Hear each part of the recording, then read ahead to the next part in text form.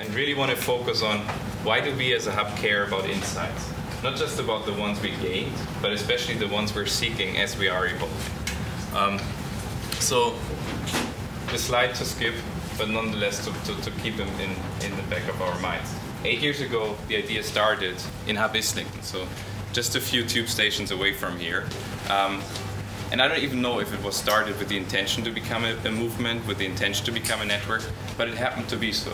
And it happened to do so through a roller coaster ride, through the ups, the downs. And I think the reason why we are here, filling a lot of the spaces in this room, and as well welcoming a lot of hubs that are not yet even open, but are excited to tap into the knowledge and to learn and to get started in the months to come, is because over time we were able not just to build the assets, not just to build and develop the capacities, but I think to really develop a structure which is based on trust and relationships of like-minded people that really care about building ecosystems in the world. So as we're speaking, we're almost 40 cities, more than 200,000 square feet, as I learned, around the world, and 6,000 members. And more excitingly so, I think it's more than 400 people around the world working on hubs and growing at just about 50% a year, being set for more than 50 on each of the continents at the end of the world. I think if I was to summarize why we care and what we're trying to do, it is maybe with this graph. It is understanding that the journey of making a difference really starts with the intent, and it goes towards the scale. And I think there are a lot of people out there in here that care and that hold the intent. But as we're advancing, the journey is getting more and more difficult, and very few reach scale, very few reach the critical amount of impact in the world. Nonetheless, we know that the impact has exactly the opposite curve. So what we're trying to do is both, is to inspire more people to engage, to connect those that are engaged throughout the stages, and to really enable people to advance their journeys and be impactful. What I wanted to draw your attention upon is to move a bit from the numbers about the hub and zoom into the members inside the hub. We've been conducting a first member mapping and as well impact survey together with the University of Economics in Vienna, and looked again, who are those people? Who is attracted by the vision we're portraying? Who are the members that are filling our spaces? And I think two important learnings to share here is that it's really, it is a community of entrepreneurs, and a lot of entrepreneurs at the early stage. More than 3/4 of our members are founders, are co-founders, and a lot of us are in the startup phase or just getting ready in their operations. What is important though, we're not just a space for anybody wanting to start anything, but it's really about making a difference and being driven by impact. And as you see in the pie chart on the side, we're really about a healthy balance, but a clear overweight on the side of being impact first. If we were to go on, a couple of other highlights I want to share is really key issues are being addressed. A lot of issues are not being addressed yet at the hub, but nonetheless, whether it's learning, whether it's sustainability, whether it's arts and cultures, more and more hubs as well develop such a special focus. If you go into a hub, whether it's in Oakland or whether it is here in London, you will see different facets in the founding team, in the membership, in the theory of change, and as well in the impact logic that is being applied. So a lot of issues are being addressed, a lot of issues are yet to be addressed. The hub is really seen as an environment to get started. What we're trying to do is to be really resourceful and see what is the smallest barrier we can erect, and while having the strongest pull effect for people to get engaged.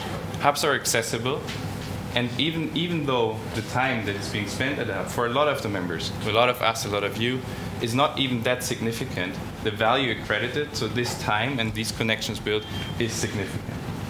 And a lot of the startups that are today members in the hub have been founded while being members of the hub. It is important, especially if it's taped, to put the note that we didn't measure the accreditation. So the hub doesn't claim that each and every venture started by somebody in member was due to the hub. And it's really, we are interested in inquiring, saying what's the hub's contribution? All we can see is that a lot of startups are being founded while members are being in that. And one aspect that matters a lot to us is seeing that while the Hub network grew from 4,000 to 6,000 members in the last 12 months, around and by all of us, we contributed to really building this impact economy of generating revenues that are channeled towards impact, of employing new people, of engaging new members. Again, we need to see what is really the contribution exactly that the Hub is making. But what we're really excited about is seeing that field and that sector growing. However, what I think frames both the event today and a lot of the activities that we are seeking to start as well in the course of the next month, it is moving from sharing our insights that we gained and really being open about seeking new insights. I just put a couple of headlines on this slide, and there are many, many more, and it can never be reflective of every conversation we have in the network. But coming out of 4 days of strategy gathering, coming out of time spent with more than 80 people from more than 30 hubs and hub initiatives around the world, there's a lot of learning around being global, of understanding the different culture contexts in which we're operating, and there's an increased curiosity of what it means if you are present on each content, what it means to work with the different cultures, with the different personalities around the world, of really becoming global, of really drawing on the local contextual innovations that are out there, and finding the right level to maintain the relationship even as we're growing. It is also a shift from enabling individual experiences, offering direct support for entrepreneurs, to much more seeing what is our role and what is our contribution towards really building an ecosystem that enables journeys towards impact. And defining what are the interfaces. The Hub is one of many players, and we do understand ourselves as a platform. We do understand ourselves as wanting to collaborate with the different sectors, with other players. And it's really about understanding and gaining insights around the interfaces of the Hub with other actors in the world.